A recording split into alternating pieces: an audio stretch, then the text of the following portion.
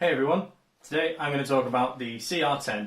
Gearbest sent me this massive 3D printer for review, so stay around to see what I have to say about it.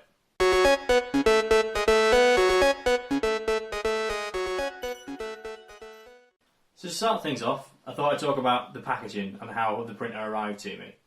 Came in a massive cardboard box and every part had a piece of foam cut out specifically for it to keep it all nice and secure during shipping.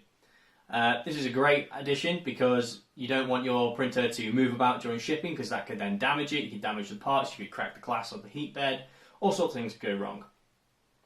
So the printer itself actually arrived in two pieces. You have the base of the printer here, which contains the Y-axis for your heat bed, and the top portion of the printer, which holds the X-axis and the Z-axis just behind it for movement of the nozzle. So as well as the printer, there were a few basic tools that came with it. Flush cutters for helping you shape your filament and easier feeding into the Bowden tube. A spatula for priming prints off of the heat bed. It also came with 2 sheets of painter's tape as well as a roll of painter's tape, which can be used for bed adhesion for your prints. Personally, I prefer to use hairspray. I just think it's hands down the best method that I've personally used. And it came with all the tools that you need to construct the printer. So basically just some Allen keys that were the correct size for the screws, and a spanner to help you change the nozzle. So once I'd taken it out of the box and got everything spread out on my dining room table, I decided to put it all together. It took me all of about 10 minutes to do. It was literally just screw in 4 screws where the 2 parts meet and then secure with some T-brackets. Again, very simple, just turning some screws. So in the space of 10 minutes I've built a 3D printer, which I think is quite impressive. So the first print I actually did was this little Charmander here. There's no issues with extrusion, layer height or anything like that. It's just a nice simple model. So once I printed out this Charmander, I then moved on to upgrades that my CR-10 could print for itself. So the first one I did was the strain relief for the heat bed. Quite essential in my opinion. If that wire gets snagged on anything whilst it's printing, it can easily rip away the connections from the heat bed, which is only going to cause you big issues. Second ones that I printed were these heat bed leveling screws. These were designed by someone on Thingiverse. I'll link them all down below. And these make it a hell of a lot easier to get that bed level. The final thing that I printed was, you might be able to see, it was a little cover for my Bowden extruder. It basically does 3 jobs in one. It guides the filament clear of the Z-axis lead screw.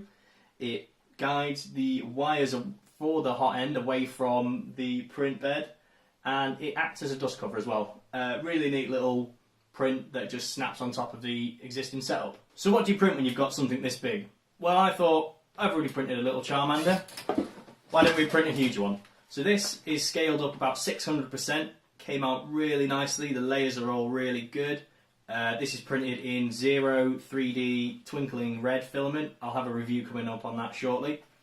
And yeah, it came out really well. It's got very few infill, it's got a few outside layers, and took 14.5 hours. So yeah, go big or go home with the CR-10. So onto the areas that I feel the CR-10 could be improved in. The first one is the level of noise. This printer can be quite loud. I did a quick test with my phone using a sound measuring app, and it peaked at 64 decibels. Might not seem like lots, but it sounded loud. This is mainly due to the fans in the control box. However, it's a compromise that is sort of necessary because there are 2 fans within the control box that actually circulate the air across the motherboard, keeping it cool. The last thing you want is your motherboard overheating because that's just only going to break components and you're going to have to replace it. The control box itself is actually really good. I'm really impressed with it. A lot of printers nowadays, like the kit builds ones, just come with exposed power supplies, which aren't the safest. Especially if you're wiring direct mains up to it. You should really know what you're doing before you handle those. But this one is fully encased, fully earthed, it's fused, and it just uses a standard IEC connection like you do with your television or your kettle or most electrical appliances. The second area where I feel the CR-10 could do some improvement is the amount of time it takes to heat up the bed. Now I know that this is a large heat bed, which is why I suspect it takes so long. But compared to a smaller printer, my Tron XY P802E takes an average of about 3 minutes. When I timed the CR-10, it took an average of about 8. Not the end of the world. If you're doing a massive print, it's really not going to make that much difference. So the third thing that I noticed about the CR-10 was that there was some gunk developing on the X-axis bearings. I'm not actually sure what this is. I'm hoping that it's just a case of it's a bit dirty, but if it's rubbing the wheels on the X-axis and then that's gathering up debris on the bearings, that's going to cause a lot of issues, because what will happen is if that debris isn't then cleared, it's going to clog up the bearings and cause them to fail in the long run. So what are my final thoughts on the CR-10? I think it is a great printer personally. It is a great stepping stone for people to go from who already have printers. It's a great start point for people who are looking to get into 3D printing. The fact that you can get a machine this big for so cheap, I think is really, really good. You can currently get this for £256. There's a link to it and a code in the description below.